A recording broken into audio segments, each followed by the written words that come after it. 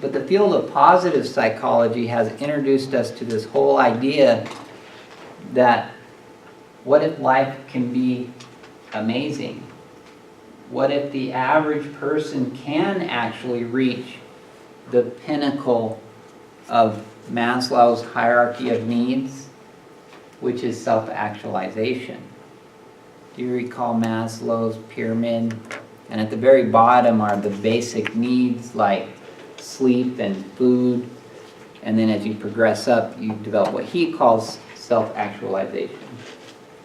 And I put some examples of maybe people that we would call self-actualized. Mother Teresa, Martin Luther King Jr. Day is Monday. People that have benefited society and lived outside of themselves. Elon Musk.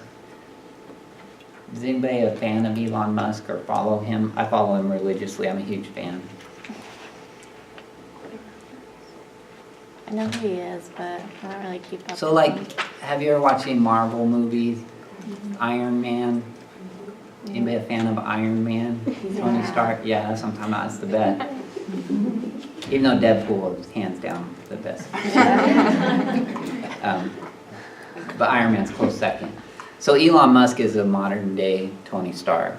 And in fact, some people think that they modeled the movie after. He's in Iron Man. What? It's in He like makes a cameo. Yeah, it's like in a meeting or something, like a party meeting. Yeah. Yeah.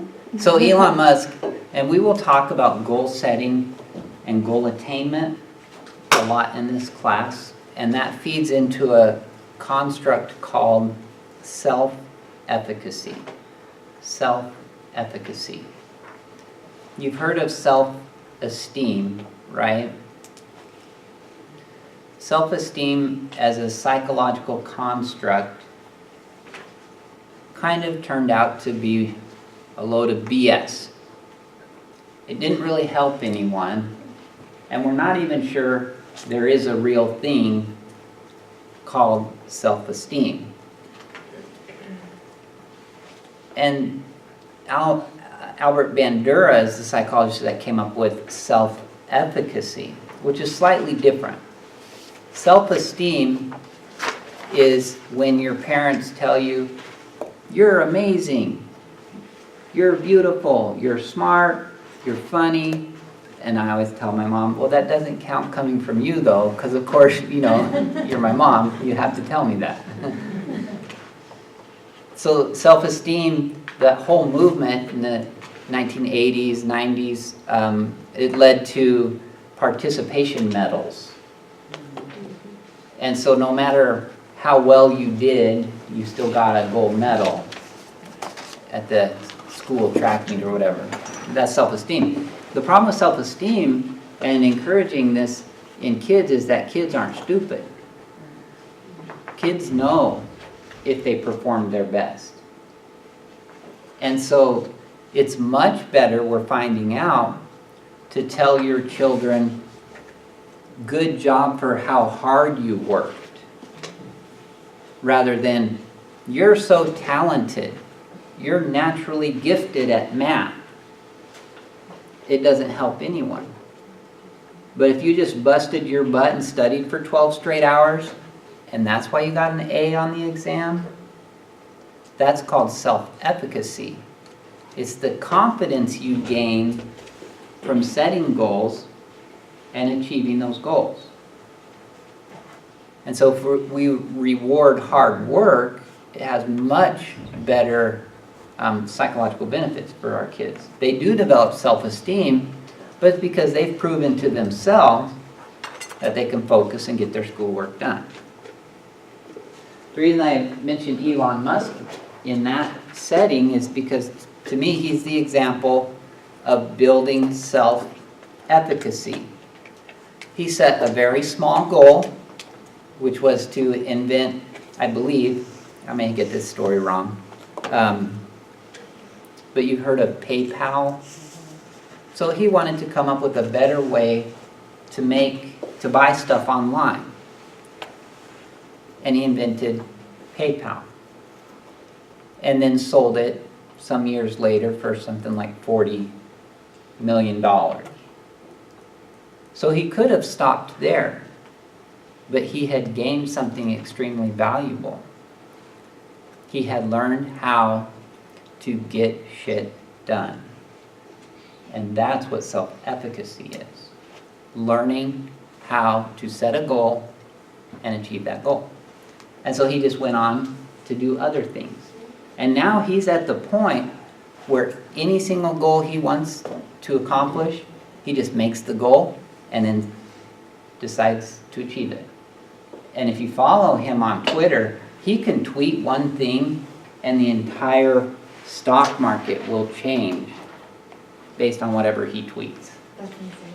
So like a few months back he tweeted, "Oh, by the way, remind me to show you my cyborg dragon." What? The stock market knew that he had recently purchased a neuroscience laboratory that was specifically studying how to sync the human brain with computers. And that's the definition of a cyborg. So when he uses that word, he knows what it means. He now has a dragon controlled by a human brain. And the stock market completely freaked out. And everybody's buying this neuroscience stock. He says, you know what, I'm going to build the first reusable rocket. And I'm going to launch it into outer space, but I want to use it again, so I'm going to have it land on a ship out in the ocean. And he did it. Oh, and I'm going to, he was driving to work at Tesla. He's like, you know what, this traffic sucks. I'm going to build a subway in Los Angeles, but not with trains. I want a track that can take my car from here to there with me in it. A subway in Los Angeles, which is earthquake country. Anyway, that's Elon Musk. Oh, that was Elon Musk. Elon Musk. So SpaceX, he started SpaceX, which is already taking, you can already book a ride to Mars. You can pay if you have a couple $100,000. I can't take this.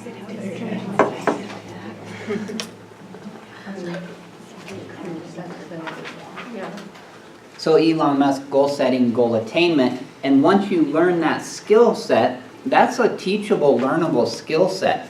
How to not only set a goal, but how to attain that goal.